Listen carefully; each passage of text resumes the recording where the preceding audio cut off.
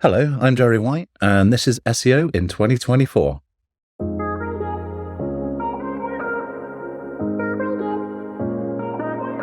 Gerry, what's your number one SEO tip for 2024? I think the one thing that I would say is as content production and various other bits and pieces are becoming rapidly easier, you've really got to stand out. You've got to be a little bit different. You've got to give somebody a reason to visit your site. I think nowadays with huge amounts of content everywhere and AI generating and regenerating and rewriting and generally producing more of it, you've got to give people a reason to absolutely visit your site and do something with your product, your service. And I think that's definitely where we need to be in 2024. So how do you deliver a reason to visit and engage with the site? I think that's it. Every single website is different. I'd love to sort of confess what we're planning in the future, but we basically, so I work at a company called Mirador Local, and one of the things we're trying to do is get more and more people to visit our site, and not necessarily just customers, but potential customers. So we're kind of building out some tools and various bits and pieces on the website. So for instance, it's not just good enough to say, you need schema on the website, but how about integrating a schema builder? Or how about integrating something like a QR code generator when you're talking about QR codes? Basically, if you can create a service, something which is a little bit more special and not just a block of text on your website, then if you can get people to visit you, then there's a much greater chance that they'll engage with you in the future. And I think that is what's missing at the moment from a huge amount of the marketing that's happening. So what happens if you look at the SERP and the search engine appears to be looking for a particular type of result for a query? Most results are quite similar. Do you still try and be different then? Yeah, I think that's a great point. Basically, I spent about a year sort of building out the organic strategy for a international supermarket. And one of the things that I kind of realized quite quickly, in fact, this actually comes back from my time at Majestic as well, is that there are phrases and terms where if somebody types in something like nasi goreng, which is a Indonesian dish, which I quite like, you can't rank for it if you're Just Eat. You can't rank for it necessarily if you're a supermarket unless it's a recipe, because all of the results are recipes. So you have to make sure that your website features recipes. And there are similar kind of occasions where you look at all of the search results and they're all fairly similar because this is how Google's interpreting the intent. So you're absolutely right. And one of the things that you can put on, or used to be able to put on, was FAQ schema, for instance, we're going a little bit more in depth on it. And I've sort of spoken in the past about microphones and, the value of a microphone and what you need from it and whether or not it's the right microphone for you. Just adding that little bit more value to the page, that's kind of going to differentiate you. So it very much is kind of understanding how everybody else is doing it and then what else you can add into it to say, this page will add a little bit more to it. And even if somebody visits one or two results and they come back to yours, that is a sign to Google that yours is definitely the better result. And people start to develop brand preference as well. So as soon as they start to sort of see that one good result amongst all the others, they'll tend to click into that one. I mean, we all know that Amazon, for instance, has got great reviews on nearly all products. I often Google something, put in Amazon, even if I'm buying it from somewhere else, because I'm going to look at the reviews on Amazon. So how do you measure the impact of standing out or trying to stand out? You obviously mentioned the fact that people may come back to your site. Is that one of the key metrics that you look at? That's a great thing. To be honest, right now, at the moment, Google Analytics and other tools are increasingly more challenging to use. But one of the things that I do look at a lot is the click-through rate in Google Search Console. It's surprising how often I kind of look at sort of the data in Google Search Console and try to figure out why this particular result is way below the results of all of the other pages, or this particular page is way higher, and if it's the conversion rate on the back of that is kind of happening. I'm trying to give a good example, but again, when I was working at Oda, one of the terrible results that we had one of the most competitive keywords, huge amounts of search volume. But what was interesting was nobody was clicking into it because there was a local pack above us. And so we couldn't kind of compete in that. We were an online supermarket. If you've got like the local pack, you can't necessarily get into it without local. But we kind of knew that, this was a keyword that we needed to kind of generate. So I looked at the SERPs, I looked at how we could kind of rewrite the titles and the descriptions, and we did improve the click-through rate considerably. But understanding how the SERP looks is so critical. I am struggling a lot with Google Analytics 4, because I keep finding that the data in it, the landing page, all that kind of data, I struggle with interpreting it. Why am I struggling so much with words today? I'm struggling with interpreting the data as much as normal. And what I do find is that, I would love the old Google Analytics data where it's really kind of clean and simple. Got you. Okay.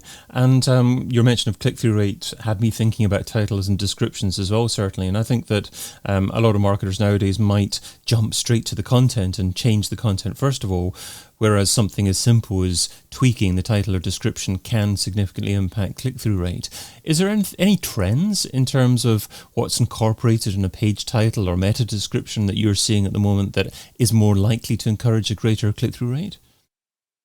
I think it's totally relevant. We are seeing that Google has stopped rewriting title tags as much as they used to if you have good title tags. So we at one point found that all of the title tags on a lot of websites were being rewritten heavily by Google, but that seems to be less so at the moment.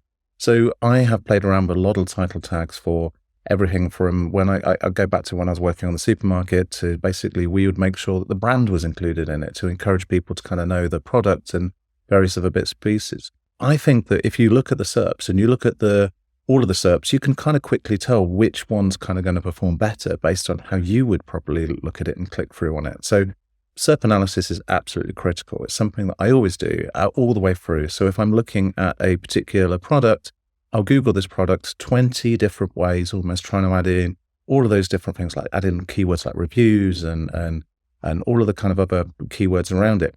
And see basically why it is that our listing is underperforming in comparison with anybody else's. And quite quickly, you can kind of think to yourself, okay, I need this. This is what people are looking for, and this is how people are searching for it. There's other kind of data points out there from, you can see who's getting the greater click-through rate. It's not just about title tags and descriptions so much as it's kind of how the images and things like that are being pulled into the page. We often find that product images nowadays are being pulled into the page, and that is so important to make sure not only have you got a product image or the image, that you've got all of those extra bits and pieces to make sure it's truly kind of showing up in the search results. And if you're changing the style of page that you're delivering, changing the type of content on your page, is it worthwhile even for organic results to actually do some split testing to try and determine what gets the longest amount of user retention? I have struggled to do split testing because generally speaking, on most websites I've worked on, you haven't had the kind of volume that you need to kind of do this sort of thing. So, for instance, a lot of the products at any kind of website is often, you find that one product will have a much higher click-through rate, traffic, all sorts of bits and pieces than anything else. Despite the fact that a lot of people talk about split testing, it's a massive challenge to actually achieve in organic to kind of get kind of results that you need to kind of get the volume. Because you can't just do 2 products, you need almost like 50 products, 100 products, because so many external factors come into it. I'm currently doing a little bit of a side project with a website which has got tens of thousands of pages, and a couple of friends of mine were sort of talking about the fact that this would be the one time we could do split testing. I've generally found that we mark in almost like in a sort of time point. Yep, we updated the title tag, we've had a look at it. Oh, yep, the click-through rate does seem to have improved. So it's not so much split testing so much as kind of testing before and after. Do you see an improvement? If we add 2024 into a search result, is it going to improve the traffic rather than leaving the date kind of field out? Because people often want it to look more recent. We've done the best guide to podcasting 2024, for instance. Will that perform better than if it's just the best guide to podcasting? What is the click-through rate of that kind of adding in the year or something which says this is a recent article? And I feel that if we're talking about standing out, we also have to talk about AI results as well, SG potentially as well, and the likelihood of AI delivering just the one single correct answer. So how do you stand out in the world of a single AI result? I think that AI is going to be constantly changing, me sort of giving almost any kind of viewpoint on this is a massive challenge at the moment, because every time I say, oh, this is how it's going to look, something changes it all. But you're right. Basically, the fact that this search generated experience, all of the different ways in which Google kind of rewrites the SERPs, not to give you 10 blue links, but to give you kind of the answer at the top. I think that right now it is going to be a challenge not to kind of get the answer at the top, but almost to make sure the answer at the top is what you need. One of the things that's kind of a subject which I've been talking about with some friends is how much should we start blocking the AI robots from kind of indexing the core content that we want people to come into.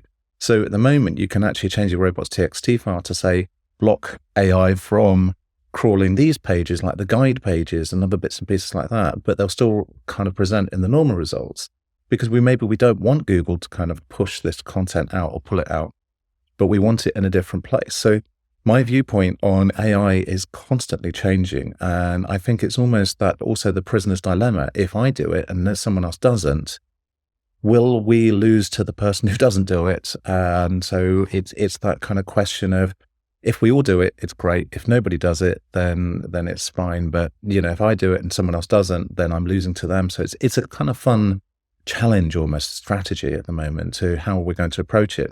But short version is you need to make sure that you're kind of fully pushing the brand and pushing a reason to kind of engage further with you as a service, with you as a product, rather than just a listing of an example. Yeah, that almost sounds a bit dangerous, blocking AI, because obviously you're potentially recommending search engines to list a competitor's results instead of yours. But is this something that you would recommend a brand to experiment with at the moment, blocking AI? If you've got the unique content on a particular topic, so if you've got the guide to something, or you've got a lot of information about a particular site or something, and you don't want Google pulling that information out and putting it at the top, then maybe it's something that you should consider. But if everybody's got the same content, and if you're kind of like saying, don't use my content, but they use everybody else's content, then all you're doing is let somebody else kind of fill in the gap. So that's why I say it's kind of the prisoner's dilemma almost. If one of you does it and the other one doesn't do it, then obviously one of you is going to lose. But if you all do it, or you've got unique content, then maybe it is better to kind of start blocking it. And I think that that's where my brain is kind of really confused almost over. It's that kind of like, what would be the best strategy for a particular business? And I don't have a straight answer for it yet. I just think this is one of the questions that we, as digital marketers, as SEO strategists, need to kind of ask ourselves: is our content wanting to be repurposed and pushed out at the top of Google search results? And the question is, will there be attribution for it in the right way, or will Google take it, rewrite it with no attribution? And so we're kind of losing any value of letting Google index the content to start with. Maybe it's a case of standing out on the platform that the user prefers. I mean, you talked about a podcast there as well. So if a business does a podcast, maybe it's within the podcast itself, trying to differentiate themselves and having a unique viewpoint of what their brand represents within that podcast, or a YouTube video show or something like that, instead of actually attempting to do that within their blog posts or other content on their site. Is that? I mean, for instance, in relation to that, is an SEO's job nowadays more about optimizing their content for the platform that the user happens to engage in, rather than for their own website? No, I completely agree with that. I think that one of the conversations that I've been having with a lot of people is about how we market on TikTok, how we market on other platforms. TikTok is a very strange thing. As a gentleman who is, let's say, early 40s, I don't spend a lot of time kind of on TikTok, but I see just the usage of TikTok amongst other people, and people kind of going, hey, have you seen this restaurant? They'll send me a video or a link to TikTok about a restaurant guide. Or I do follow a coffee guy on TikTok who recommends certain scales and coffee machines and various other bits and pieces. My buying habits have been influenced heavily by who I follow on TikTok and various other bits and pieces. I love traveling, and I will actually look at different places on TikTok or Instagram or somewhere like that before I kind of choose a destination. So I think you're absolutely right there. And we're seeing increasingly that people put kind of short promo things onto TikTok for digital PR services, for all sorts of other things. So yeah, I 100% believe that, you market to where people will be able to consume it. And the way in which you do that is kind of very dependent. I'm still kind of struggling with using TikTok as a search engine, but certainly it's starting to kind of know what I like, because like I say, I do like coffee, and it is giving me more and more coffee information. And if you're a coffee brand and you're not doing a coffee TikTok kind of series, I think you're missing a huge amount there. Or, whatever it is that you're trying to promote. It is a challenge for a lot of B2B or kind of like the more boring sort of software as a service companies, but if you can do a great podcast, you can cut it up, slice and dice it in the right way to get shorts out of it, to put it onto YouTube or TikTok or wherever. I've seen some great ones recently by some friends of mine. If an SEO is struggling for time, what should they stop doing right now so they can spend more time focusing on standing out in 2024? One of the things I have seen a lot of people doing quite a lot is obsessing over one thing. For instance, page speed. Don't get me wrong, I'm actually working with somebody at the moment to improve page speed. But once it gets good enough, once you get the green lines in Google Search Console, once you get it kind of okay, you can't kind of maximize it to the 11th degree and keep seeing returns on investment. I think basically there's that special line which SEOs need to understand, which is good enough. And when it's good enough, the return on investment significantly decreases on kind of getting it to a perfect. We're perfectionists as SEOs, but I think that's a killer to the commercial kind of value of it sometimes. And, if you've got a website with 20,000 pages, you don't need to fix every single broken link from a blog post 10 years ago and other bits and pieces. So short version, be happy with good enough, understanding where the commercial value lies. Be happy with good enough. That's a t-shirt, isn't it? I think that's definitely something I want on my t-shirt. I'm very, very adequate. Gerry White is a VP of Growth at Mirador, and you can find him over at miradorlocal.com. Gerry, thanks so much for being part of SEO in 2024. Thank you. I've been your host, David Bain. Get your copy of SEO in 2024, the book, over at SEOin2024.com.